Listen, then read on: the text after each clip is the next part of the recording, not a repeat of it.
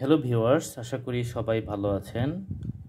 পবিত্র কুরআন শরীফে যে সূরাগুলি আছে সেগুলি থেকে অনেক ধরনের রহমত এবং অনেক ধরনের বিপদ আপদ থেকে রক্ষা পাওয়ার গুণাবলী আমরা দেখতে পাই।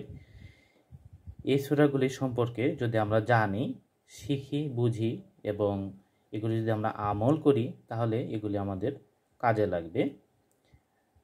এখন দেখুন এখানে যেটা দেওয়া আছে, কোরআনের যে সূরা আপনাকে যে বিপদ থেকে রক্ষা করবে। প্রথমটি হচ্ছে সূরা ফাতিহা, আল্লাহর গজব থেকে রক্ষা করবে।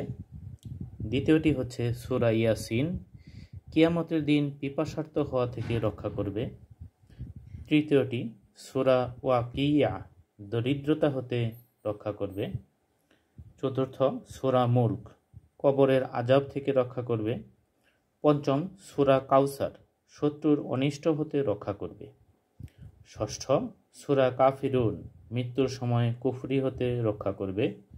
সপ্তম সূরা ইখলাস, মুনাফিকি হতে রক্ষা করবে। অষ্টম সূরা ফালাক, হিংসুকের হিংসার হতে রক্ষা করবে। নবম সূরা নাস, যাবতীয় ওয়াসওয়াসা হতে রক্ষা করবে। দশম সূরা দুখান, কিয়ামতের দিন ভয়াল অবস্থা থেকে রক্ষা করবে।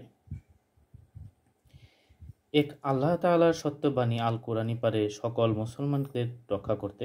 সকলে আমলগুলো করার চেষ্টা করুন, ইনশাআল্লাহ আপনাকে রক্ষা করবেন আল্লাহ তাআলা সকল বিপদ থেকে এবং সকল কঠিন পরিস্থিতি থেকে। আমরা জীবনে চলার পথে নানা সময়ে নানা ধরনের বিপদ আপদ এবং দুঃখ কষ্টের সম্মুখীন হই। ফলে প্রত্যেকটি ক্ষেত্রে আমরা যদি ইসলামিক নিয়ম মেনে সুন্দর সুন্দর আমল এবং চমৎকার আমলগুলো করে যদি আমরা দোয়া করি, বিপদে যদি আমরা ধৈর্য ধারণ করি এবং মহান আল্লাহ তাআলার কাছে আমরা যদি রহমত প্রত্যাশা করি, তাহলে ইনশাআল্লাহ এক সময় দুঃখের দিন কেটে যাবে এবং ভালো সময় ফিরে আসবে। সবাই ভালো থাকুন, সুস্থ থাকুন। যদি আমার এই ভিডিওটি ভালো লাগে অবশ্যই চ্যানেলটি সাবস্ক্রাইব করবেন এবং এই ভিডিওটি যদি আপনারা শেয়ার করতে পারেন, ইনশাআল্লাহ অন্যান্য দ্বীনী ভাই বোনেরা এখান থেকে উপকৃত হতে পারবে এবং অনেক কিছু জানতে পারবে। সবাই ভালো থাকুন, সুস্থ থাকুন। ইনশাআল্লাহ পরবর্তী ভিডিওতে আবার দেখা হবে। আসসালামু আলাইকুম ওয়া রাহমাতুল্লাহি ওয়া বারাকাতুহু।